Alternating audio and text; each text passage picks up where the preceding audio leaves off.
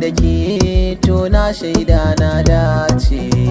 ina yi na ko da marai ya ɓaci, zaki mun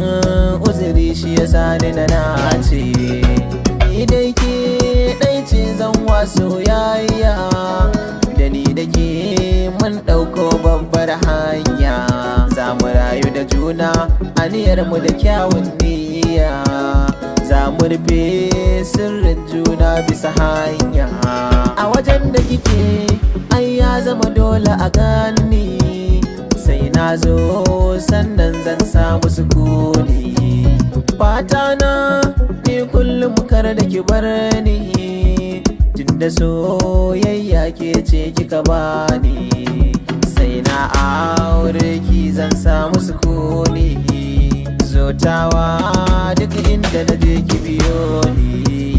ke ce tawa, ke ce mun dace, ke ce tawa, ke ce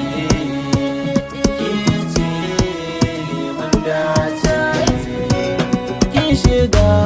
har mana kulle kofa, zuciya keke ka saka jamfa,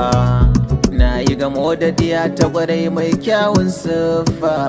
a cikin littafi na sunanta kadai bisa fefa, kuma ta yarda za ta bani, za ta yi abin da ya dace a gare ni, domin rannan idan su mata kai ni, har ma iyayena ta suka gani. In za a ce in fito da tawa ke ce, kuma na faɗa ke dinga ta daban ce, hakan ya sa gare ki ni na nace, har ma ina jin tsoron kar na zauce, har ma ina